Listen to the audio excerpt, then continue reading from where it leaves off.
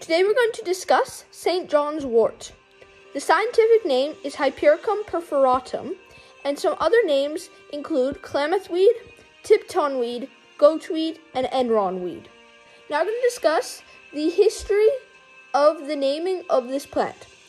It comes from St. John the Baptist, whose birthday is on June 24th, which is the day that this plant is in full bloom.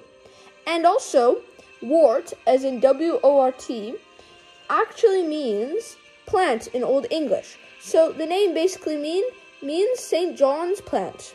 Now I'm going to discuss the incredible medicinal uses of St. John's wort. Before you take it, you must consider all of the side effects that it could have, and that it does affect your body and any other medicine that you're taking. Some of the conditions include ADHD, attention deficit hyperactivity disorder, menopause, because it may increase the production of estrogen in women, premenstrual syndrome, and it only helps women, and it only helps treat the symptoms, not the actual condition. It also is anti-inflammatory and antiviral. It has some anti-cancerous properties. It helps with AIDS and OCD, obsessive-compulsive disorder, and the somatic symptom disorder. Most studies suggest that it also helps with depression, bipolar disorder, and seasonal affective disorder, though some say that in fact it does the opposite. Next conditions are not proven scientifically that it helps with them, but it is highly suggested theory. Some of these include Alzheimer's disease, schizophrenia, social anxiety, and hepatitis C. We have just listened to all the incredible benefits that could help, but it also has horrible possible effects.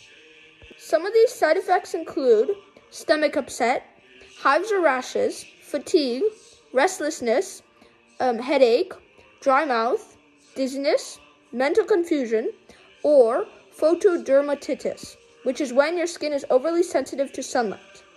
Most likely, these happen because of how the chemicals affect your body. Scientists don't know why it works like this, but we know that it contains these three main chemicals. The first chemical is hypericin, which contains 30 carbons, 16 hydrogens, and 8 oxygens. It's named the genus of this plant, which is Hypericum, because it is present in all the species. It is used in medicine to treat non-melanoma skin cancer. The next chemical is hyperforin, which contains 35 carbons, 52 hydrogens, and 4 oxygens. It is only found in some of the species in the genus, and it's the main chemical in St. John's wort, and it is mostly given credit for all the antidepressant activities. The last chemical is not actually one chemical, it has multiple.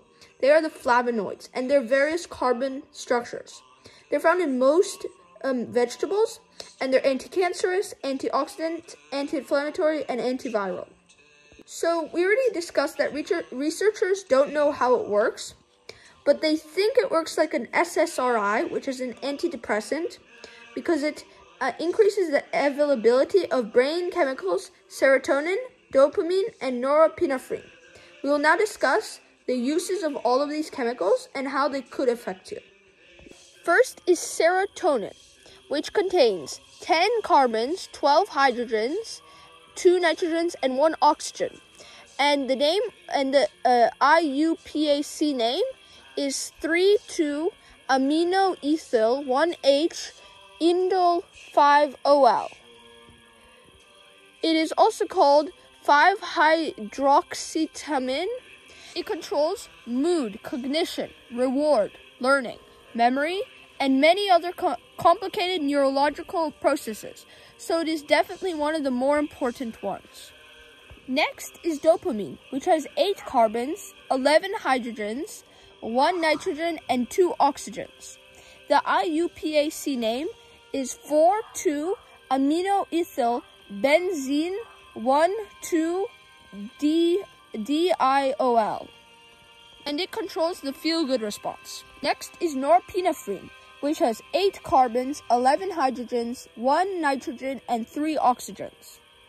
Its IUPAC name is 4,1-R2-amino hydroxyethyl benzene 1,2-diol. It is a very interesting example. It's both a neurotransmitter and a hormone, and it is used in the fight-or-flight response. Now I'm going to discuss the history of its use. It's been used for a very long time, in many places, and for many uses. Firstly, the Native American uses were fevers and coughing. The Europeans used it for kidney and lung issues, insomnia, depression, to aid healing processes, and various nervous conditions. So even back then, they had a great knowledge of what it could be used for, and they were very right. Lastly, if you want to use this herb, you have to ask your doctor before using it, because it reacts a lot with different medicines. It even reacts with alcohol, so you have to be extremely careful and make sure to remember all the risks.